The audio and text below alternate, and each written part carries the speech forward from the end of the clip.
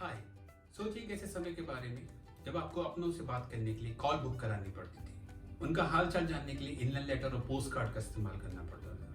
बहुत ज़्यादा इमरजेंसी होने पे टेलीग्राम का इस्तेमाल करना पड़ता था। बैंकों से चेक क्लियर होने में 30 दिन का समय लगता था। बाहर जाके खरीदारी करने के लिए हमारे पास चॉइसेस बहुत कम हुआ करती थी।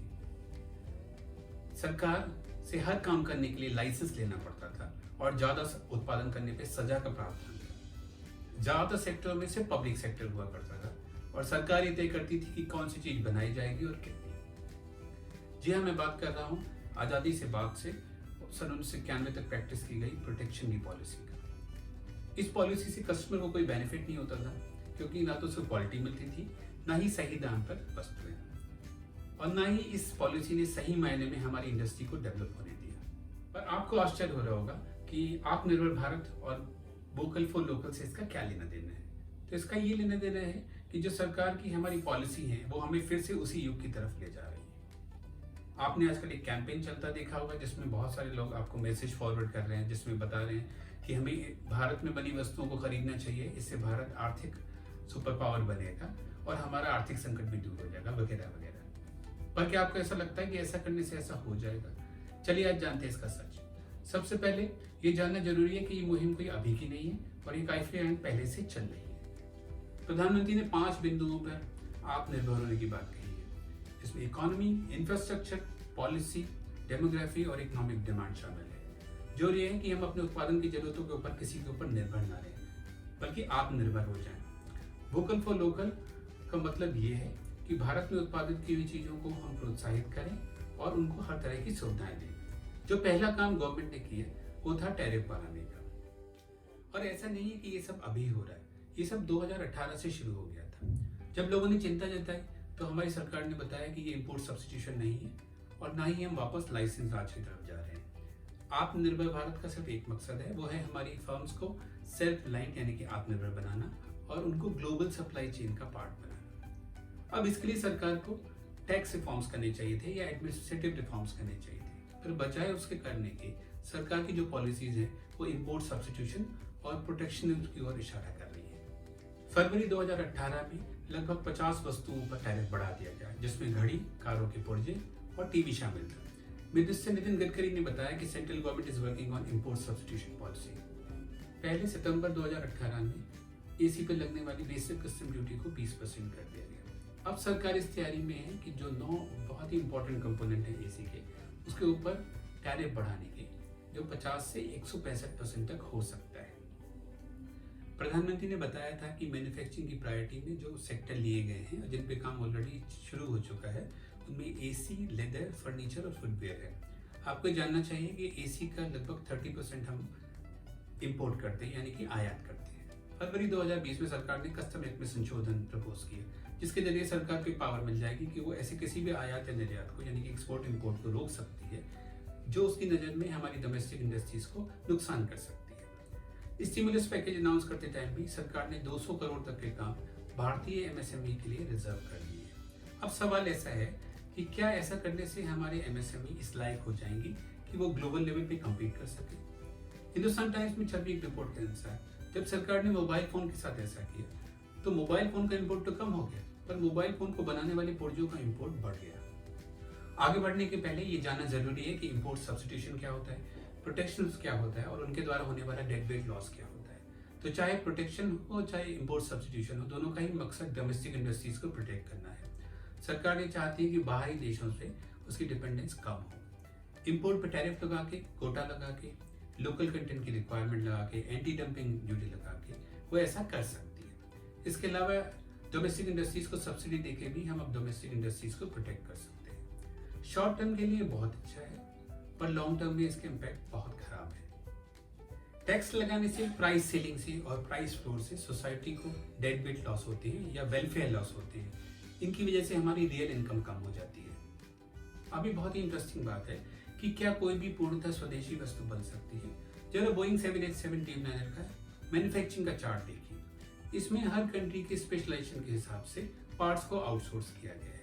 आज बाजार इतना विकसित हो चुका है तथा एक दूसरे पर निर्भरता इतनी ज्यादा बढ़ चुकी है, हम इस सच से भाग नहीं सकते कि हम भी इस बाजार का एक हिस्सा है। अगर हम इससे अलग होने की कोशिश करेंगे तो हम अपना ही नुकसान करेंगे। इंटरनेशनल ट्रेड जो है वो स्पेशलाइजेशन और इकोनॉमीज ऑफ स्केल पर काम करता है। इससे पूरी सोसाइटी का भला होता है क्योंकि हमारे square resources best productive use में लगाए जाते हैं।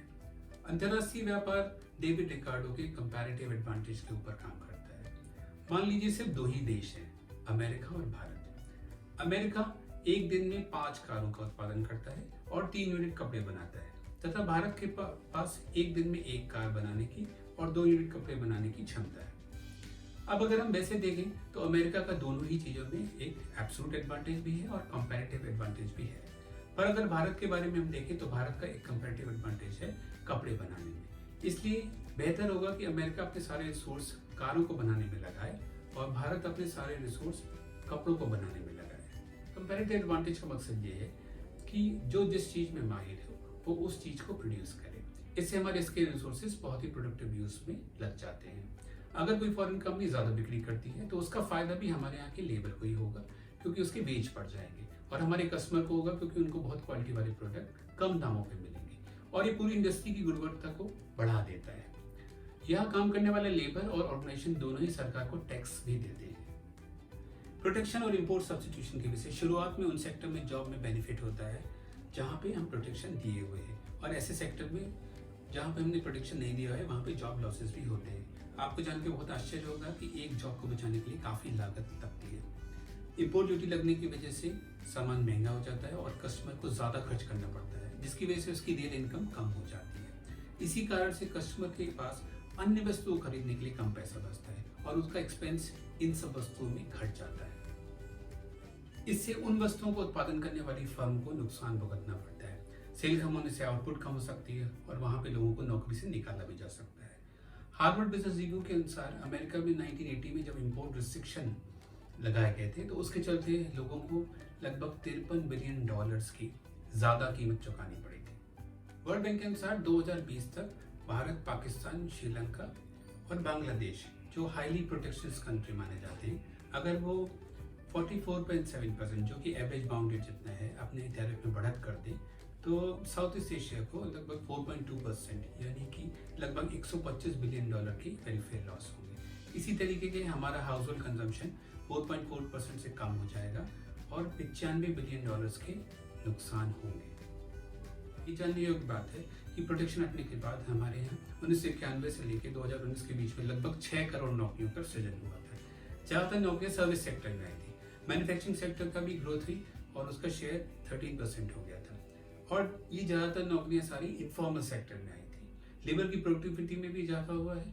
1990 में लेबर की प्रोडक्टिविटी सिर्फ 3.8% थी, जो बढ़कर 2000 में 5.5 और 2011 में पीक पे 9.7% हो गई थी। 2017 में ये 6.24% थी और दिसंबर 2019 में ये घट के 5.97% हो गई थी। दूसरा नुकसान ये भी है कि जब कस्टमर उन उद्योगों से सामान लेता है जो इम्पोर्ट नहीं करते हैं, ऐसे उद्योग पुरानी तकनीक का इस्तेमाल करते हैं, जिससे कस्टमर को वैल्यू फॉर मनी नहीं मिलती और हमारे रिसोर्सेज की बर्बादी होती है। वर्ल्ड इकोनॉमिक फोरम ने देखा है कि टैरिफ बढ़ने से जीडीपी में भी नुकसान होता है क्योंकि लेबर प्रोडक्टिविटी में गिरावट आती है। जब इम्पोर्ट कंपीटिंग सेक्टर में हम प्रोडक्शन लेते हैं तो अर्थव्यवस्था के सारे रिसोर्सेज अनप्रोडक्टिव वर्क में लग जाते हैं। इसकी वजह से वैल्यू एडिशन को नुकसान होता है।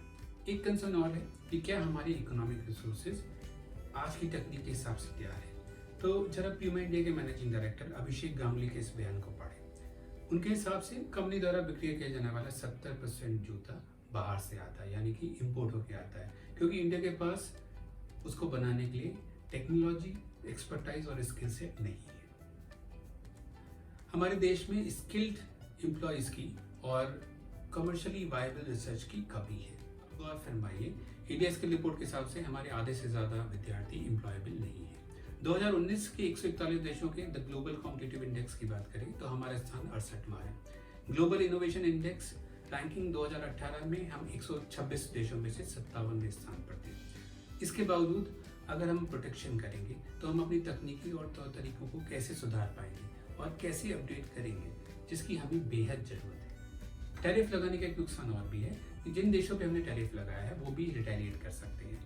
इनकम्बेंट इंडस्ट्री का जो आर्ग्यूमेंट है वो भी तर्कसंगत नहीं है। कम्पीट करने से किसी को भी नुकसान नहीं होता, बल्कि क्वालिटी में इम्प्रूवमेंट होता है। अगर हम चाहते हैं कि हमारी फर्म ग्लोबल सप्लाई चेन का पार्ट बने, तो हमें उन्हें स्लाइड बनाना पड़ेगा जिससे कि वो ग्लोबल फर्म से क्वालिटी पर कम्पीट कर सकें।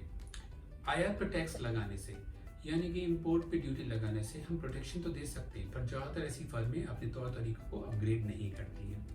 वैश्विक बाजार बहुत बड़ा है और फ़ायदा भी बहुत ज़्यादा है। अगर हम अपनी फर्मों को वैश्विक बाजार के लिए यानी कि वर्ल्ड मार्केट के लिए तैयार करेंगे तो हमें प्रॉफिट भी ज़्यादा होगा और रोजगार के साधन यानी कि एम्प्लॉयमेंट भी काफ़ी जनरेट होगा। फाइनेंशियल एक्सप्रेस में मार्च 2019 में छपी ICE 360 डिग्री की रिपोर्ट को अगर हम देखें तो उसमें लेवल के हिसाब से, स्किल लेवल के हिसाब से 4 पैमाने बनाए गए हैं। तो आपको आश्चर्य होगा कि 56% है हमारे लोग लेवल 2 पर आते हैं, 30% लेवल 1 पर आते हैं, 11% लेवल 3 पर आते हैं जो क्लर्क और सुपरवाइजर का है, और बचे 3% लोग ही स्किल लेवल 4 पर आते हैं। हमारे यहाँ सिर्फ 4.69% लोग ही फॉर्मली स्किल्ड हैं। इससे ये बात पता चलती है कि हमारा कंपैरेटिव एडवांटेज अनस्किल्ड या लो स्किल लेबर इंटेंसिव इंडस्ट्रीज है। इस तरह की इंडस्ट्रीज ब्रॉडली 2 तरीके की होती हैं। पहली ट्रेडिशनली लेबर इंटेंसिव इंडस्ट्रीज जिसमें कि टेक्सटाइल आती है, क्लोथिंग आती है, फुटवेयर आता है और लेदर प्रोडक्शन आता है, और दूसरा है नेटवर्क प्रोडक्ट, ऐसे प्रोडक्ट जिसमें उत्पादन की प्रोसेस बहुत सारे राष्ट्रों में हो। हर देश को अपने कंपैरेटिव एडवांटेज के अनुसार उत्पादन चक्र में स्पेशलाइजेशन करने का मौका मिलता है। अब ये एप्पल के आईपैड का चार्ट देखिए जिसमें प्रोडक्शन प्रोसेस बहुत सारे राष्ट्रों में फैली हुई है। नॉलेज बेस्ड एक्टिविटी जैसे कि R&D और मार्केटिंग होती है हाई इनकम कंट्रीज में जो डेवलप होते हैं, और असेंबली रिलेटेड एक्टिविटी होती है लो इनकम कंट्रीज में जहाँ पे वेजेस काफ़ी कम होते हैं। नेटवर्क प्रोडक्ट 2 ग्रुप में काम करता है। एक है पार्ट्स और कंपोनेंट का जो कैपिटल है इंटेंसिव है और स्किल इंटेंसिव है जो डेवलप कंट्रीज में होता है, और दूसरा है असेंबल्ड एंड प्रोडक्ट जो लेबर इंटेंसिव है और वहाँ होता है जहाँ लेबर बहुतायत में पाई जाती है। भारत अभी तक इस ग्लोबल प्रोडक्शन नेटवर्क से बाहर है। हिंदुस्तान टाइम्स के हिसाब से भारत का share assemble and product in manufacturing export में सिर्फ 7% है, जबकि चाइना और वियतनाम का 35 और 32% है। इसके अलावा हमें एडमिनिस्ट्रेटिव फंक्शन पर भी ध्यान देना होगा। The Fraser institute index of economic freedom में इंडिया 157 देशों में 114वें स्थान पर है। The world bank 2016 doing business report में इंडिया 130वें स्थान पर है। सर्वे में कुल 189 देश थे। गौरतलब है कि इंडिया में कोई बिजनेस स्टार्ट करने के लिए पूरे 29 दिन लगते हैं और 12 प्रोसीजर पूरे करने पड़ते हैं। अगर हमें ग्लोबल मार्केट के लिए अपने को तैयार करना है तो हमें अपने कंपैरेटिव एडवांटेज का सही इस्तेमाल करना पड़ेगा। भारत से एक्सपोर्ट होने वाली ज़्यादा चीज़ों का प्रॉफिट मार्जिन बहुत कम है। हमें याद रखना चाहिए कि रिलायंस, टाटा, आदित्य बिरला जैसे बड़ी समूह ने विदेशों में अपनी पहचान बनाई है और वहाँ पे जाके बहुराष्ट्रीय कंपनी को खरीदा भी है। ये तब संभव हुआ है जब अपना मार्केट खोल चुके थे। अगर आपको ये वीडियो पसंद आया हो तो लाइक करिए और इस चैनल को सब्सक्राइब करिए। धन्यवाद।